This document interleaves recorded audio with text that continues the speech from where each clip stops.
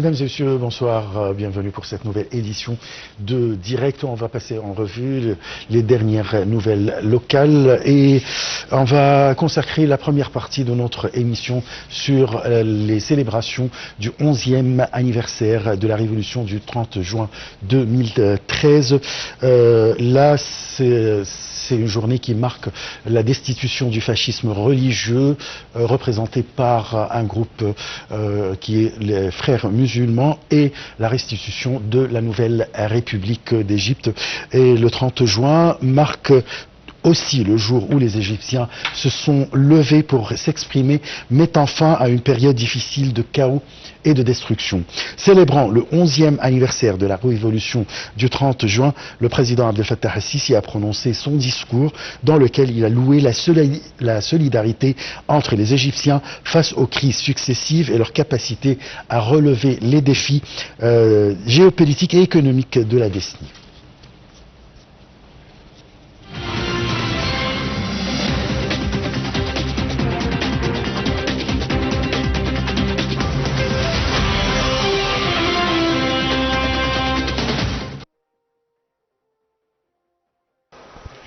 La résilience dont les Égyptiens ont fait preuve au cours des 11 dernières années face au terrorisme, ainsi que leur détermination à surmonter les crises et à les transformer en opportunités et en succès, sont un des résultats les plus remarquables de cette révolution, a déclaré le président Abdel Fattah el-Sisi dimanche lors de son discours à l'occasion de la célébration du 11e anniversaire de la révolution. Dans son discours, le président el-Sisi a souligné que le 30 juin marque le jour où les Égyptiens se sont exprimés, mettant fin à une période difficile de chaos et de destruction. Puis, ils ont entamé une période de croissance et de progrès, malgré toutes les difficultés et les défis. Le 30 juin a été le titre de la prénisation de la patrie, de l'unité sous l'identité égyptienne qui unit et ne divise pas, et qui inclut tout le peuple, sans discrimination. Depuis 2013 jusqu'à aujourd'hui, notre pays a accompli beaucoup de choses, a affirmé le chef de l'État. Nous avons éliminé le terrorisme sur notre territoire, malgré sa difficulté et l'énormité des sacrifices, a déclaré le président. La sécurité est enfin revenue après des années de peur et d'inquiétude quant au sort du pays. Les institutions de l'État se sont stabilisées après avoir été attaquées, a-t-il ajouté. Grâce à la main-d'œuvre égyptienne, le chemin de développement a eu lieu. Nous n'avons laissé s'accumuler les problèmes dans aucun secteur. Nous n'avons pas négligé nos responsabilités, conscients de la valeur et du potentiel de notre grand peuple. Lors de son discours, le président a assuré que les institutions égyptiennes sont bien établies avec des infrastructures avancées, garantissant la stabilité de l'Égypte dans un environnement régional turbulent. Notre État travaille à construire et moderniser les usines, reprendre des millions de faites-dents au désert, améliorer la santé et l'éducation, créer des villes et des routes, des réseaux d'énergie, créer et développer un réseau stratégique de ports et relier toutes les régions du pays avec diverses lignes de transport rapides et modernes, estime le chef de l'État. Il a également révélé la position de l'Égypte envers le peuple palestinien et la guerre israélienne dans la bande de Gaza. L'Égypte n'est pas restée silencieuse pour secourir les frères. Elle a résisté avec fierté et dignité aux efforts de déportation afin de protéger sa sécurité nationale et d'empêcher la liquidation des droits des Palestiniens.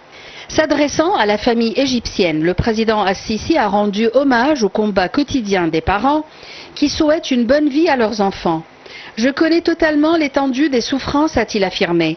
Je vous assure que ma principale préoccupation et la priorité qui vient en tête du nouveau gouvernement est de soulager vos souffrances, de créer davantage d'opportunités d'emploi et de construire un avenir meilleur pour tout le peuple d'Égypte.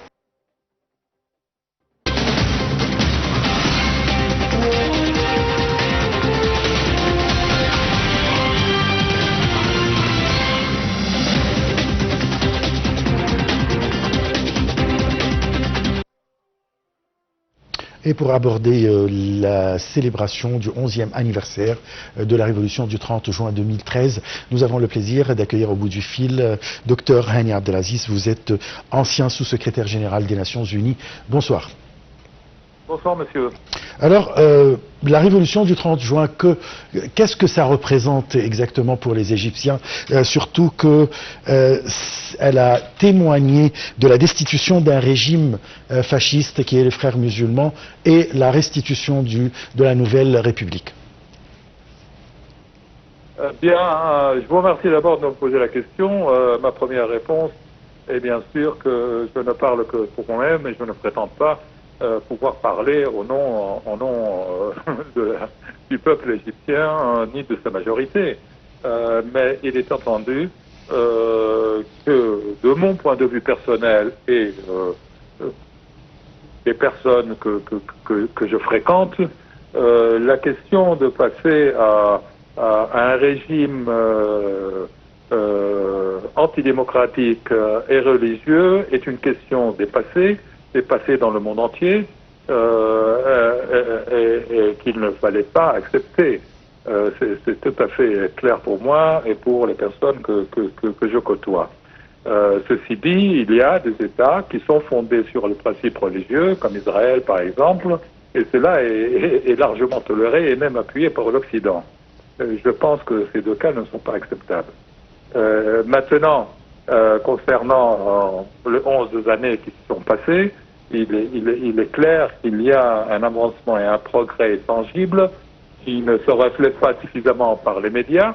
Je ne vous accuse pas, mais tout de même, au niveau des infrastructures et du développement des infrastructures égyptiennes, définitivement, et je ne me range pas du tout du côté du gouvernement ni du chef de l'État, il y a une avancée formidable. C'est-à-dire, en premier lieu, ce qui me plaît le plus, par exemple, c'est de remettre sur pied, par exemple, le système de transport, en particulier des chemins de fer. N'oublions pas que l'Égypte était le 2e pays du monde à établir des chemins de fer, hein, et cela s'est tellement détérioré depuis 1967, largement. Maintenant, cela reprend, ça coûte énormément. Ça fait souffrir une large majorité du peuple qui sont au seuil de la pauvreté, mais c'est nos enfants et nos petits-enfants qui devront bénéficier de ce grand pas en avant au niveau de l'infrastructure, mais en particulier au niveau des infrastructures ferroviaires, des routes, etc. Ce que j'aimerais voir, et je pense qu'on s'adresse de plus en plus vers cette direction, la dernière réunion avec l'Union européenne a apparemment abouti à certains accords écrits qui seront développés assez rapidement dans le domaine de l'énergie, de l'hydrogène vert, en coopération avec des grandes entreprises canadiennes et autres européennes et indiennes. C'est ce qui est formidable. Ce que j'aimerais voir aussi, c'est que, et je pense que la tendance existe, mais elle doit s'affirmer par des actes concrets sur le terrain. C'est le développement d'industries sérieuses et modernes, relativement modernes, mais modernes tout de même, pour pouvoir subvenir aux besoins des Égyptiens, de l'Égypte, limiter les importations, essayer d'augmenter les exportations, ce qui est très très difficile dans un monde très concurrentiel, mais il y a de l'espoir, il y a des questions qui sont prometteuses, et que, bien sûr, la majorité du peuple égyptien, même s'ils sont au seuil de la pauvreté, voudrait que cela avance pour pouvoir améliorer leur sort au quotidien. Oui, là, si on parle d'autres, vous avez parlé des réalisations en matière de routes, d'infrastructures, mais si on parle d'un point très important, tel le développement de la zone du canal de Suez, ainsi que le doublement de la voie maritime du canal, comment évaluez-vous?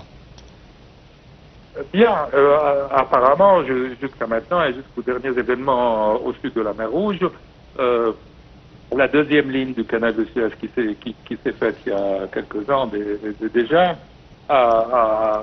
d'après les statistiques, vraiment fait augmenter les recettes de l'Égypte en matière de devises étrangères. Mais bien sûr, la situation à Aden, au sort du golfe d'Aden, a négativement influencé la situation. Il ne faut pas oublier que l'Égypte tout de même est pratiquement cernée, encerclée sur ces 4 frontières de situations qui ne sont pas positives. Du côté de l'Est, avec Israël et certaines tendances extrémistes et religieuses que nous n'acceptons pas, enfin que moi je n'accepte pas personnellement. Mais la Méditerranée orientale, ce n'est pas beaucoup mieux avec les découvertes de gaz ici et là, et les problèmes que ça résout. La Libye, ce n'est pas résolu, on ne sait pas comment ça va être résolu. Le Soudan, c'est la même chose, c'est pas très bien, et la mer Rouge, on en a parlé. Donc la situation n'est pas facile pour la direction politique et économique de l'État et du gouvernement. Jusqu'à maintenant, l'État s'arrive et l'Égypte s'arrive à s'en sortir plutôt positivement, avec des espoirs. Je n'ai pas d'opinion particulière, mais nous avons parlé de l'infrastructure. Je vais parler de l'industrie qui devrait se développer le plus rapidement possible pour limiter les importations, pour éventuellement essayer d'exporter, d'utiliser les quelques atouts que nous avons, les atouts géographiques, au centre tout de même de 3 continents, d'exploiter ces atouts au profit des classes les plus démunies dans le pays. En tant qu'ancien responsable aux Nations Unies, alors comment vous voyez la position de l'Égypte politiquement de la question de Gaza et l'arrêt du déplacement de plus d'1 million de Palestiniens vers le Sinaï? Non, je suis très clair là-dessus. Je pense que l'Égypte ne devrait pas être complice, et je pense qu'elle ne le sera pas. Et le président l'a dit à plusieurs reprises. Les médias en ont parlé largement. Je pense que les positions ont été exprimées très fermement par le chef de l'État à tous ces invités qu'il reçoit ou qu'il a visités. Nous allons pas être complices de la clôture de la cause palestinienne. Nous n'allons pas être complices de la résolution de cette situation au profit d'Israël. Les Palestiniens ont un pays, ils ont un sol à eux, et ils devraient y rester. C'est très très clair, et je pense que les pressions économiques qui se sont exercées sur l'Égypte durant les 2-3 dernières années visaient à mettre l'Égypte sur ses genoux pour pouvoir accepter le transfert d'1 ou 2 millions d'habitants de Gaza, de Palestiniens en général, dans le Sinaï. Ce n'est pas un projet nouveau, monsieur. Ce n'est pas un projet nouveau. Ce projet a été déjà présenté par les États-Unis en 1970, durant le président Sadat, pour donner la moitié est du Sinaï à Israël, qui, à son tour, allait remettre cela à des autorités palestiniennes qui seraient en faveur d'Israël. Donc c'est un projet qui remonte bien avant 1970. C'était un des objectifs israéliens de récupérer tout le Sinaï ou au moins sa moitié pour l'instant, le temps de voir plus long et plus loin. Donc la position ferme de l'Égypte doit être totalement appuyée. Je peux avoir des critiques à faire au gouvernement, c'est normal si elles sont objectives, que tout le monde le fasse, il n'y a pas de problème. Mais sur ce point-là, celui de ne pas vider la cause palestinienne de son essence est une question que j'appuierai à fond. Par des négociations, je ne suis pas avant-guerre, mais il faut être très ferme là-dessus et pouvoir convaincre nos interlocuteurs partout dans le monde, surtout occidentaux, éventuellement les USA, s'ils veulent entendre la voix de la raison. Il faut créer cet État palestinien à titre égal avec les autres pays de la région et le plus tôt possible. Ça serait dans l'intérêt de tout le monde si cela est fait. Malheureusement, le côté israélien s'entête à ne pas vouloir procéder correctement depuis les accords d'Oslo. Tout de même, les accords d'Oslo, monsieur, ont 17 ans. Et nous n'avons rien vu de positif en faveur des Palestiniens, excepté 700 000 colons supplémentaires implantés sur le territoire palestinien en Cisjordanie. Ne parlons pas des différentes guerres menées pour raser toute la bande de Gaza. Ce n'est pas la première fois. L'on parle de cette dernière guerre récente. Non, monsieur, il y a eu souvent, en 2004, 2006, 2008, ça se répète chaque 2-3 ans, ces invasions israéliennes sans pareil et sans que la communauté internationale, en particulier les États-Unis, qui sont les commanditaires de tous ces actes-là, ne cesse. Il faut que les Israéliens reviennent à la raison et à accepter l'établissement. Et je dis un État à plein droit. On ne va pas créer un petit Liechtenstein avec les troupes israéliennes sur le sol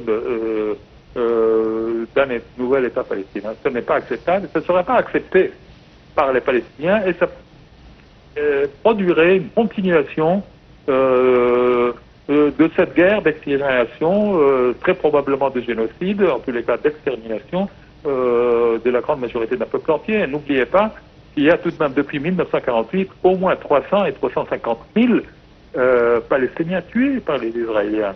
Ce sont certaines statistiques qui sont là. Voilà. Je vous remercie beaucoup, Dr Hani Abdelaziz. Je rappelle que vous êtes ancien sous-secrétaire général des Nations Unies. Monsieur Hani, bien sûr, a insisté sur le point que l'Égypte a arrêté la liquidation de la cause palestinienne en arrêtant le déplacement des Palestiniens de Gaza vers le Sinaï et que c'est pas une nouvelle question, mais ça date depuis des décennies. Je passe à un deuxième sujet. Là, il s'agit de la politique extérieure de l'Égypte qui repose sur l'équilibre, la diversité et la stratégie afin de réaliser l'intérêt général et rejette la conspiration et l'ingérence dans les affaires intérieures des pays.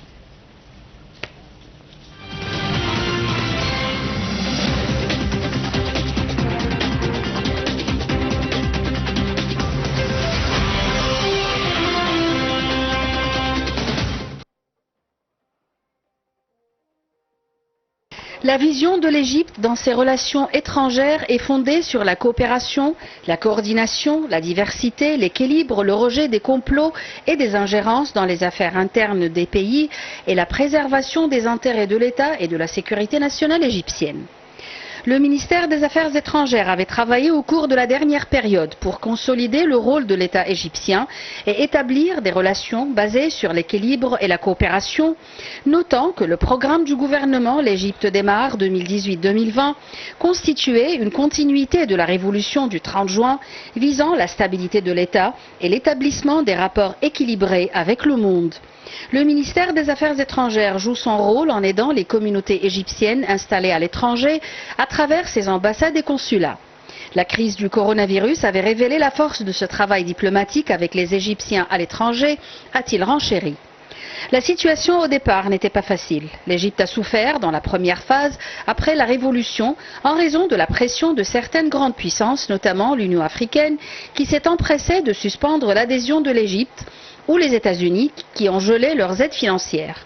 Au départ, certaines puissances avaient mal défini les événements en Égypte en tant que coup d'État militaire.